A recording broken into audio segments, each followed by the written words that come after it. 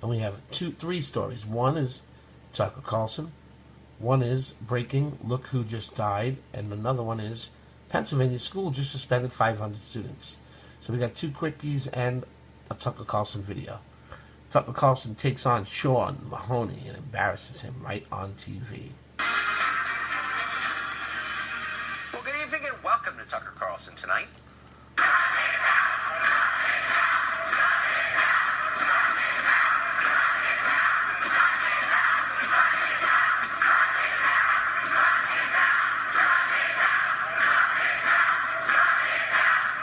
You're looking at the new face of academic freedom. Protesters at Middlebury College in Vermont ruined a lecture planned by sociologist Charles Murray, saying his ideas were so offensive they should not be spoken aloud. And to prove their point, they also assaulted a professor who was briefly hospitalized. In just a bit, we'll talk to someone who agrees with those protesters.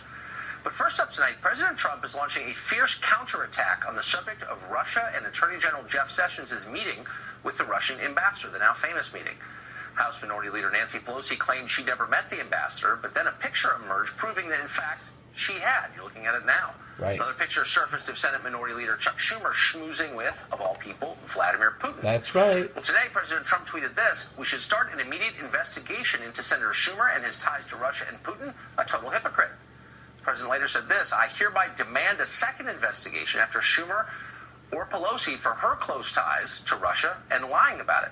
Schumer responded this way: "I'll happily talk regarding my contact with Mr. Putin and his associates. Took place in 2003 in full view of the press and public under oath. Would you and your team?" ? Well, meanwhile, Nancy Pelosi tweeted this: "Donald Trump doesn't know the difference between official meeting photographed by press and closed secret meeting his AG lied under oath about." Well, Congressman Sean Patrick represents New York. He has called Sessions a bigot, and now he says he's a criminal too, potentially. Congressman Maloney joins us now. Congressman, thanks for coming on. Nice to meet you. So here's the key graph from your press release yesterday. You said this: "We need to look into the bigger picture." It's amazing, right? He kind of looks normal. Looks like a normal person. "We need a no-kidding independent investigation into Russian hacking and influence. What are they hiding?" So the obvious question is, what exactly are you implying? That Sessions is in the employ of the Kremlin? He's an agent? What's the implication of this? No, but I'm saying we should find out what the truth is, and we shouldn't be afraid of the facts. And I think we all ought to step back and just let the facts play out. Right. It is extremely concerning that he gave false testimony under oath to the Senate, as part of his confirmation hearing. That's enough for me to suggest that he step aside. But I think the bigger issue is what the Russians were up to, because we now have multiple officials who seem to be playing footsie with the Russians and either lying about it, like Michael Flynn, or forgetting about it in the case of Jeff Sessions' statement, or, hiding it in the case of bringing him into Trump Tower to see the president's son-in-law. What's going on with the Russians? And it would be great if both parties cared equally about this. Right. So I think we know the answers to some of those questions. So to the first meeting that you referred to that Jeff Sessions had with the Russian ambassador, it was now the famous meeting in Cleveland at the Republican convention.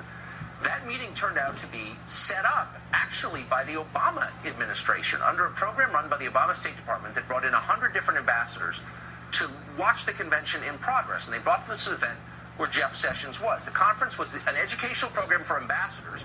I'm quoting now, the Obama State Department handled all of the coordination with the ambassadors and their staff, of which there are about 100. That doesn't sound ominous to me. It's certainly a very different storyline from the one you're telling. By the way, those are facts. How do you respond to that? Well, then we shouldn't have any problem with having an independent investigation. I mean, I'll make a deal with you. Let's have Preet Bharara do it. Let's have the U.S. Attorney for the Southern District of Manhattan, who's put a bunch of Democrats in jail. No one's been harder on Andrew Cuomo. President Trump reappointed him, thinks the world of him. I'll go with Preet Bharara, and I'll tell you what, I'll suspend my call to have the Attorney General resign until we find out what the results of that investigation are. I'm not sure your call is meaningful in the first place, but let me just say this. Before initiating an investigation, don't you think it would be worthwhile if you could point to something that was in fact ominous? So here are more facts, the ones you called for. I think it's ominous that we have now multiple Trump officials in communication with the Russians about Ukraine and sanctions. You're going from specifics. No, I've seen this too much. You're going from specifics. We're talking about Jeff Sessions here. Sure. The Attorney General, whose resignation you've called for. And you're making a general statement. Let's get back to the specifics and the facts that you originally called for. So the second meeting took place in his office. Present at that meeting, and no one disputes this, were 2 retired U.S. Army officers, colonels, both of them. If there was some nefarious conversation between Senator Sessions and the Russians about influencing American foreign policy in favor of Russia, do you think that those 2 officers would have remained silent? Look, I think we should ask them what transpired. I think that's why we want an independent and fair look at this. And but is there any suggestion that something bad happened? No, many senators met with this ambassador, including many Democrats. No, excuse me, Mr. Carlson. I said we should have a fair look, and that's why I suggested we have an independent guy like Preet Bharara do it, and we all sit back and let him get the facts out. But what's so infuriating, if I can be honest with you, is that you're being disingenuous. So you know that this ambassador met with many different people on both sides, and he went 22 times to the Obama White House, including during the campaign. Right. And you're saying he's we the need ambassador from Russia. The problem is not that he meets with American officials. So what is the problem exactly? The problem is when they lie about it under oath, or forget about it, or disguise it. And that's what's happened in each of the cases with Mr. Flynn. No, that's actually not the problem that you're alleging. Okay, so there are 2 different things you're alleging. You're saying, and I'm just reading right from your press release, you're saying, one, that the Attorney General committed perjury. You make a number of unsustainable points. Committed perjury, which is a heavy thing to say about someone who hasn't been charged or gone to trial, adjudicated or convicted. Right, that's what we call lying under oath with intent. Okay. But perjury is a very specific crime that you're alleging, and you know as well as anybody that he would not be convicted in court of that. And by the way, hasn't been. Oh, no, I don't. I think there's more than enough evidence to convict him. Okay. But you're saying more. I mean, this is a theoretical conversation. What's not a theoretical conversation is the next part of it where you say, what were they hiding? And I'm just asking you as an adult American who's watching this open-mouthed, wondering, what is this about?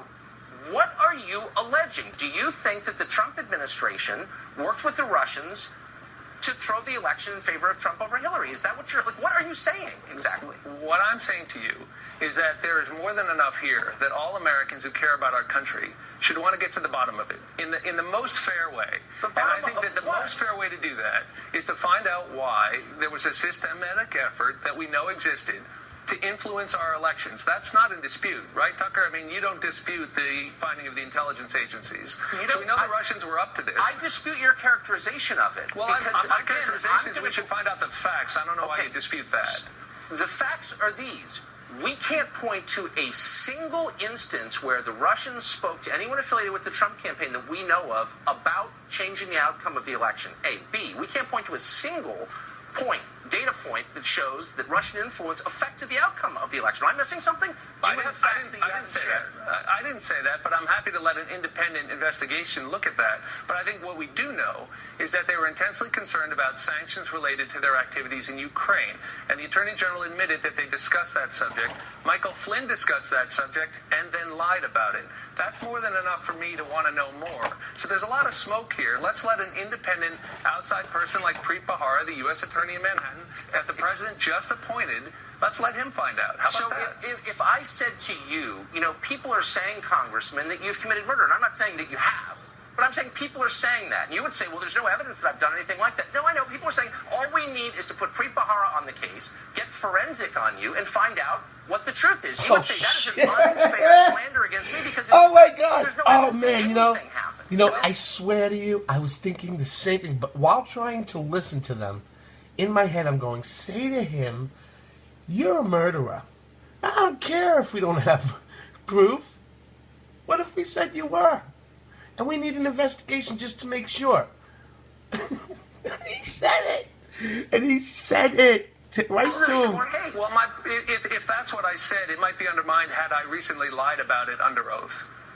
And that's, I guess, the point. It's not that people meet with the Russian ambassador. Like, I know Chuck Schumer ate a donut with him. The point is he didn't lie about it under oath. But and I guess we're wondering disingenuous. why... I'm not being disingenuous. Yes, you are. I will follow the facts. I will come back on this show. Have you watched the tape? I will come back on this show, and I will admit that I was wrong. If we can have a fair and neutral examination, we need an independent look at what happened. Why are you afraid of that?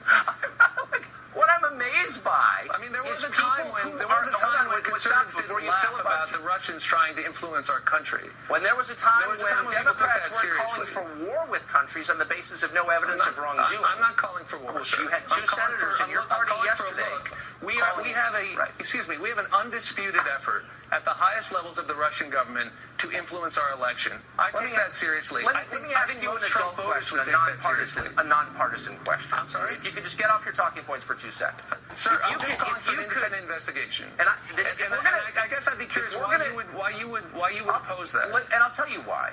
Because I live in Washington, and I know that there is a long series of governments who attempt, and some successfully, to influence American policy. And that Russia is not on the top 10 of that list. And so I don't believe that your concern is sincere. I believe this is a purely partisan effort to take out certain members of the administration. And you know, ding, ding, ding, ding, ding, ding, ding. And look at you hiding behind the pretense of objectivity. When that's, do you think that Russia is in the top 10 of countries that influence American policy? Well, let me tell you how it looks like when you don't live in Washington, because some of us don't. It's fun watching an intelligent person just rip these people up, isn't it? Isn't this like dessert? Don't you feel like you're eating a strawberry shortcake right now? Or a wedding cake? New York, and we have a U.S. attorney here who I trust, who the president just serve appointed. in Washington, D.C. So I'm willing to let the president's appointee, as the U.S. attorney in New York, take a look at it. And the fact is, there is so much smoke here, and Russia is a grave threat to the United States. Name one specific way that the Russian government influence the outcome of this election. You didn't just say that, so please don't set up that straw man, Tucker. I didn't say that. You said about 9 times that all Americans should be concerned and that all of us who care about democracy ought to want to know more. They should. One example, one indication that they affected the outcome. You don't have That's not the standard, sir. That's not the standard. Of course that they it's the affected standard. The outcome. No. Hey, if somebody takes a shot at my head and misses, I'm still going to care about it.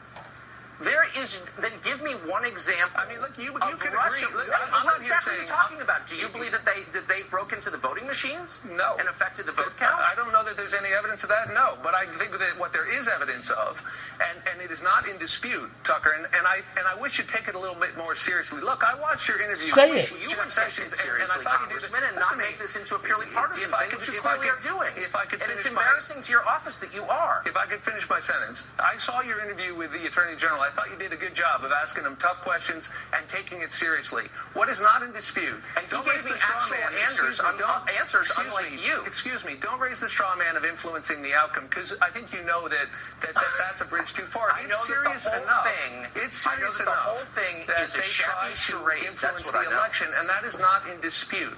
Those are the intelligence agencies. We're out of time. I'm going to say I've taken this seriously from day one. I've asked Democrat after Democrat, give me something real, and none of them have. And I merely get sanctimonious nonsense. That's why we need an independent look. And I will let the facts speak for themselves. How about that?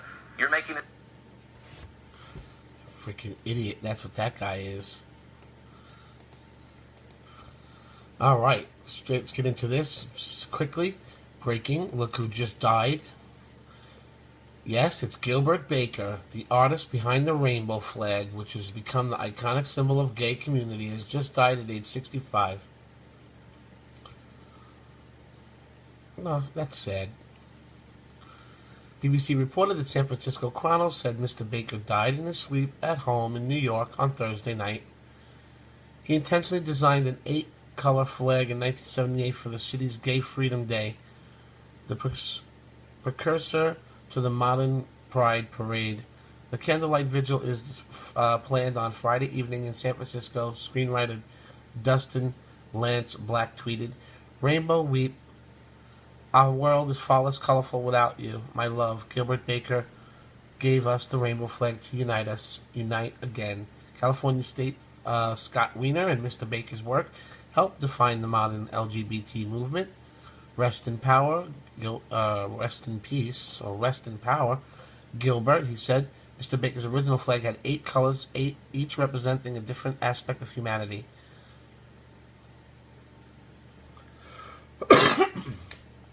Okay, and finally, Pennsylvania school suspends 500 students.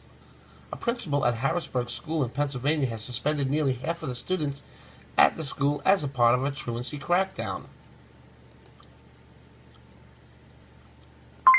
Hello everyone, again I'm Lisa Love.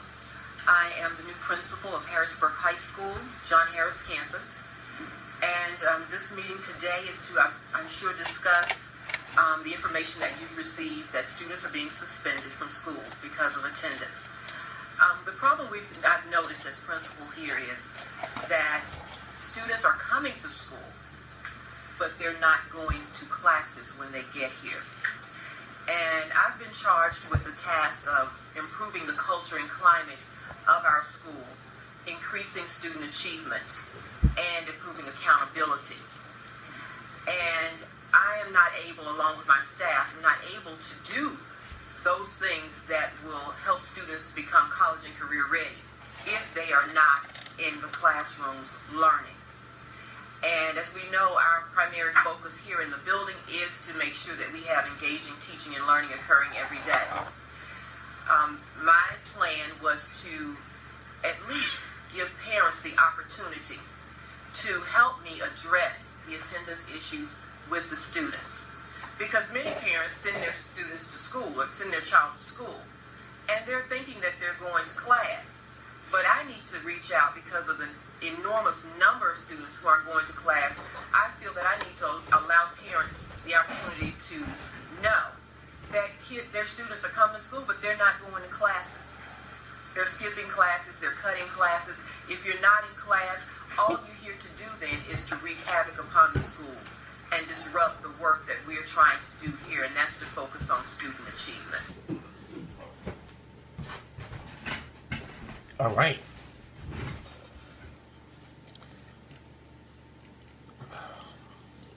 There's a new sheriff in town, actually a principal in town, Harrisburg, Pennsylvania. After taking over in January, Lisa Love issued suspension notices to almost half of the 1,100 students at Harrisburg High School, reported Penn Live. Officials handed out about 500 suspension notices at the beginning of this week as part of a truancy crackdown. They said many parents were able to provide documents, so previous absences would not be recorded and excused. Love said that she wanted to do something radical to send the message amid the school's struggles with low test scores and graduation rates. I think she's doing a good thing. Sometimes you have to